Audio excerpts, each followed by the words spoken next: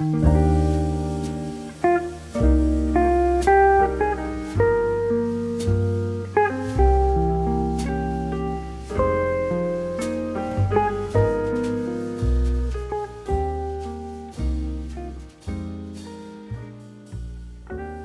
with regards to that, actually, when you were starting your company, KEX, the KX group, and of course, you already had years of experience, so that somewhat served as validation, actually. But are there any like kind of lessons learned you don't mind sharing with startups that are trying to introduce their new products?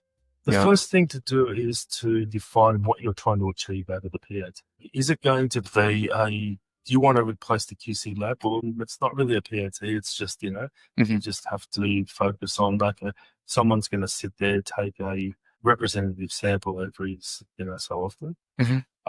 But if they've got a mindset of wanting to understand the process, then the first thing that we have to do, and this is also a barrier to implementation, is understand where to put the spectrum, understand where the best place, what's the critical sampling point.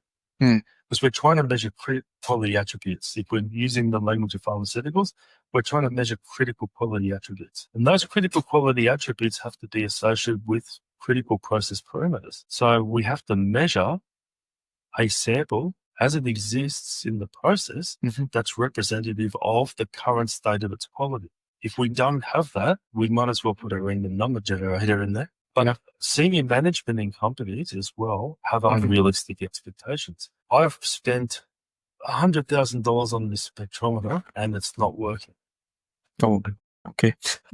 I've worked with companies that haven't changed the speed of the blender since it came out of the box. Okay. And they've tried to validate all of their processes on the one speed. If you haven't done that fundamental part up front and you just put the PAT in, collected whatever data it's come out and it fails, then there's a lot of scrutiny from the top. So the companies that succeed in PAT, CEO down to the janitor, talk PAT, talk quality by design. Wow. It's a culture in the company. So that's a huge challenge. That's one of the hardest ones that I've found that I've had to break.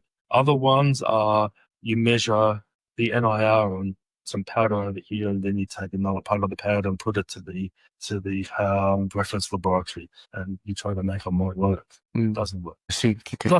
We could talk for hours on the challenge. Yeah. I think the greatest one is that the unrealistic expectation that I order spectrometer and as soon as I plug it in, it should work. PAT is not plug and play.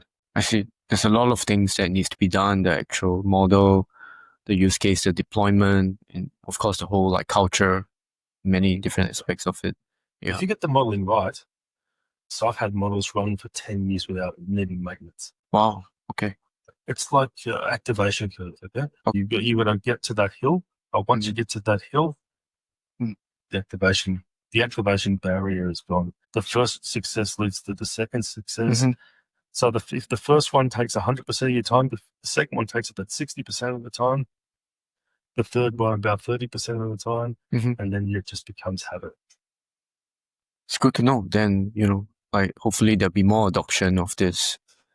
Yeah. In terms of this PAT and the tools used for it, the software, any aspects on lifecycle management that you want to share? Yeah. So one of the greatest challenges to a software provider recently has been the advent of Python.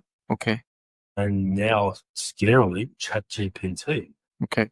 So, but one of the things is that if you can write a piece of software. Okay, you could write the PCA algorithm in Python, lifecycle management, because we're doing a lifecycle management. And when we come to process software, well, we're taking the GAMP5 approach. So you typically work in a GAMP5 category 4 or category 5 situation. So category 4, you can buy our software, you can implement it, just do a little bit of configuration, and it's going to do the job that you need it to do. The vendor's quality system and also their knowledge to avoid or to lower the validation burden on the company side. Yeah, that's true. And then that will definitely, reduce the risk and reduce the burden. Exactly. So speaking on that, like a whole like career that you've built up was there any specific project that you thought best illustrates how it was a very complex challenge initially, but you solved it, and then how that perhaps mark a different change in your career path? Was there such an event, or? It's not the projects that I've typically done are the projects that nobody else wanted to touch. Okay. Yeah. So there's been a few. I want to get more into bio. Yeah. So we wrote an algorithm a few years ago. Yeah. It never really got out there, but I'm about to do another modification to it. Yeah.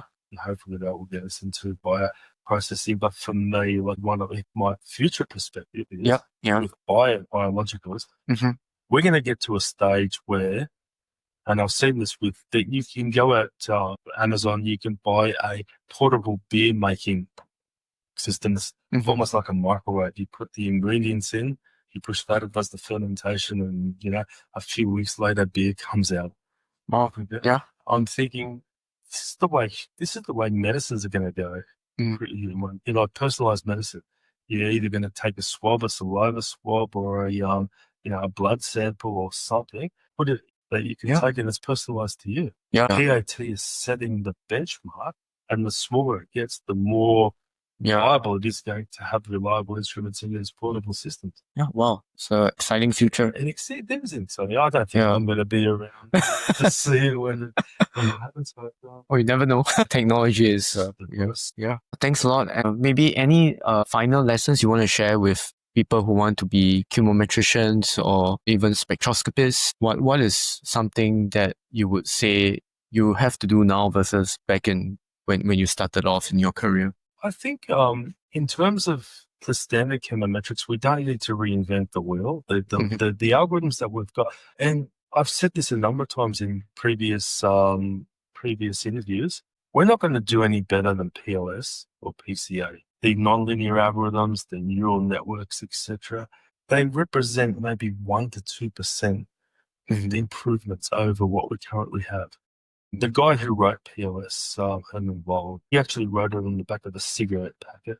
Like a train between Gothenburg and Stockholm. If the story goes, this is the way it does. And this is probably the most powerful predictive algorithm that you've got. There's many variants, like Tormod Yas and Harold Martins have worked on many different variants of PLS. And working on those algorithms is going to be the future, but also joining them together in hierarchical structures. So decision trees, using validated models in a decision tree. That's where I see the most value out of it, rather than having intelligent systems that are self-learning, and we don't know what they're self-learning. We still have to have that control as subject matter experts. We can't just dumb ourselves to the point where we're relying on these types of algorithms. We still have to use our brain for budding chemometricians. Learn the basic stuff, apply it, because there's a huge learning curve. My chemometrics career got me.